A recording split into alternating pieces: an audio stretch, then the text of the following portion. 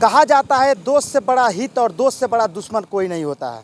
इसी प्रकार से एक ऐसा मामला मैं आप लोगों को दिखाया जा रहा हूँ। एक दोस्त ने दोस्त का 15 लाख रुपया लूट लिया। किस प्रकार से धोखाधड़ी किया, अभी मैं कुशीनगर जिले का पटरौना का कहीं ना कहीं सूरजनगर चौराहे पर हूँ और देख सकते हैं पीछे कॉस्मेटिक जनरल स्टोर की दुकान है। तो बनकर आया, दोस्ती किया और इसी प्रकार से इनको 15 लाख रुपये का चूना लगाकर फरार हो गया। क्या नाम पड़ेगा आपका? जी सुनील कुमार जायसवाल, ग्राम खजूरिया नंबर 3, पोस्ट सरपंच कुशीनगर। अच्छा, क्या कुछ मामला? जी सर, एक राकेश मिश्रा है, कटिया के रहने वाले हैं। जी जी। उनके पिता का नाम सुकई मिश्रा है। अच्छा। उन्होंने लगभग पिछले 1 वर्षों से हमारे साथ दुकान पे आते आते दोस्ती कर लिया। और दोस्ती करने के बाद से ज़मीन दिलवाने के लिए हमसे व्यवहार में पैसा लेते गए। और वो उनका ससुराल नेवार छपरा में है। नेवार छपरा में लगभग 20 वर्षों से पहले से ही रहते हैं। जी जी। वो घर से ज़्यादा ससुराल में ही रहते हैं। इससे ज़्यादा नज़दीकी बढ़ गई। उनके यहाँ मूड़न पड़ा था तो न्योता भी दिए थे। उससे और विश्वास जम गया हमको। उसके बाद से ज़मीन के नाम पर उस हमसे पैसा लेते गए। ज़मीन दिलवा रहे, यहीं पे ढोरही पे एक पारस शुक्ला है, उनका ज़मीन दिखा करके कि हमारे रिश्तेदार की ज़मीन है। पैसा लेते गए जब 15 लाख हो गया, उसके बाद वो भगने लगे। मांगने पर जान से मारने की धमकी दे रहे हैं। अच्छा, जी जान से मारने की? जी, धमकी दे रहे हैं। पैसा आप कैश दिए थे कि ये जो कि ऑनलाइन ट्रांजेक्शन? कैश और ऑनलाइन दोनों किए हैं, सब सबूत है हमारे पास। अच्छा अच्छा, दिखाइए थोड़ा सा करीब आइए और देखिए ये ऑनलाइन ट्रांजेक्शन किए हैं किस प्रकार से। ओके क्रेडिट में पैसा दिए थे, सब लिखे हैं किस प्रकार से पैसा दिए हैं। देखिए ये देखिए, थोड़ा सा करीब दिखाइए बाबू। ये देखिए किस प्रकार से पैसा दिए हैं, सब ट्रांजेक्शन इनके पास हिस्टोरी है पूरा। और देखिए ये ऑनलाइन ट्रांजेक्शन भी किए हैं। ये देखिए एयरटेल पेमेंट बैंक से किए हैं और पंजाब नेशनल बैंक से किस प्रकार से पैसा ट्रांजेक्शन किए हैं। देखिए ये दिखाइए, ये देखिए टोटली कहीं ना कहीं ये ऑनलाइन ट्रांजेक्शन किए हैं। और देखिए पूरा साक्ष्य इनके पास है। और इस प्रकार से एक दोस्त ने दोस्त को लूट लिया है।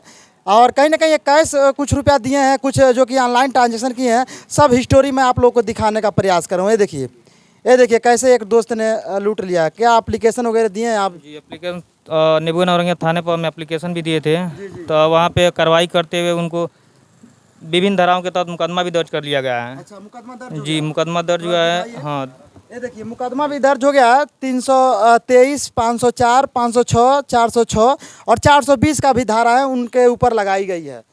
हाँ, क्या कुछ कार्रवाई हुआ आपका? इसमें उनके ससुराल वाले सभी लोग सम्मिलित है। जब हम उनके घर पैसा मांगने जी पैसा मांगने गए तो उनके सासू मुन्नी देवी, उनके 2 साले हैं राज और राहुल, दोनों लोगों ने हमें गालियाँ दी और जान से मारने की धमकी देते हुए खदेड़ दिया हमको। अच्छा। उसके बाद से पुलिस की सहायता से भी हम एक बार छापा डलवाए थे। वहाँ भी वो लोग बहुत बदतमीजी से बात कर रहे थे, पुलिस से भी बात कर रहे थे बदतमीजी से वो लोग। अच्छा, जी, अभी भी वो लोग गिरफ्तार नहीं? हाँ जी सर, घर छोड़ के फरार हैं और गिरफ्तार नहीं हुए हैं अभी तक वो। तो आपका 15 लाख रुपया का क्या होगा, मिलेगा कि और कुछ कार्रवाई? ये पुलिस करेगा, हम तो कार्रवाई कर रहे हैं। पुलिस पर विश्वास कर रहे हैं कि सुने हैं कि योगी सरकार में पुलिस बहुत ही सख्ती से काम करती है और गुंडे माफियाओं का बुलडोजर चलवाती है। अब हम भी इसी उम्मीद में हैं कि सरकार और पुलिस भी ईमानदारी से काम करे और उसको जल्द से जल्द गिरफ्तार करके हमारे पैसा रिकवरी करने का प्रयास करे और दोषियों को कड़ी से कड़ी सजा देने की कृपा करे। बताइए, आपके पास वो दोस्त बनकर आए और 15 लाख रुपया का घोटाला कर दिया। जी सर, जी। वर्तमान में एक गाना भी चल रहा था कि तोहरा से प्यार यार कबो नहीं टूटी, केहुओं के तुड़ला से हमनी के यार तब्बे टूटी। ऐसा कुछ करके गाना है तो सनी पांडे का। और खूब लोग दोस्ती पर खूब मिसाल पेश कर रहे थे आपके साथ, तो दोस्त ही ने धोखा दे दिया है। जी सर, हाँ? तो बाकी दोस्तों इसमें से हम लगभग 10 लाख के हम कर्ज ले चुके हैं। कर्जदार हम जो कर्ज जो दिए हैं बार बार घर पे आकर प्रेशर दे रहे हैं, हमारा पैसा दे दो। हम बहुत टेंशन में हैं सर। कर्ज ले लेकर दिए थे? जी, कर्ज लेकर दिए थे। हाँ, तो 15 लाख रुपए आप जमीन पे दिए थे? जमीन भी नहीं मिला? जमीन नहीं मिला सर। जब डेट हो गया उसके बाद से वो डेट डालने लगा कि इस तारीख को जमीन लिखवाएंगे। 2 दिन हमको तहसील में भी बैठाया था वो। कहा कि आज 25,000 20,000 दे दो, इतना कम पड़ रहा है। उसके बाद चलो तहसील में हम उनको लेकर के आ रहे हैं। तहसील में जाकर इंतजार करते करते शाम को हम लौट आते थे। तो कह रहा था किस कारण बस नहीं हो पाया है, कल अगली बार आया होगा। ऐसे दो बार हम तहसील पे जाके इंतजार किए थे हम, लेकिन अभी तक जमीन नहीं हो पाया। पहले उसके बारे में आप जानकारी नहीं लिए थे कि इतना बड़ा धोखा कर सकता सर है? ऐसा नहीं पता था। हम दुकान पे अपना दुकान चलाते हैं, वो दुकान पे आते आते सामान खरीदते लेते देते साल भर में थोड़ा सा ज़्यादा विश्वास जम गया, इसके चक्कर में धोखा दे दिया हमको। ये भी पता करना चाहिए जिसका आप खेत ले रहे हैं उसके बारे में पूरी जानकारी लेना चाहिए। लिए थे, लेकिन वो जैसे अपने लड़के का क्रिया खा के बताता था कि हमारा एक ही लड़का है, उसका क्रिया खा कहते हैं कि हम आपको भाई की तरह से मानते हैं, कभी तुम्हारे साथ धोखा नहीं करेंगे। अब हम थोड़ा ज़्यादा विश्वास कर लिए, इसके चलते वो थोड़ा धोखा हो गया हमारे कहीं ना साथ। कहीं वो 2 लोगों के बीच का दलाल बन चुका था। हाँ, दिखाता था कि हम उनके घर जा रहे हैं। हमको जब भी हम दबाव देते नहीं हमको बात करना है तो रोड पे खड़ा कर देता था, अंदर जाता पता नहीं क्या बात करके आता था, लेकिन कहता था बात हुआ है 2 दिन के लिए बाद समय दिए 2 दिन के बाद लिखवाएंगे, और फिर वो काट ले जाता था।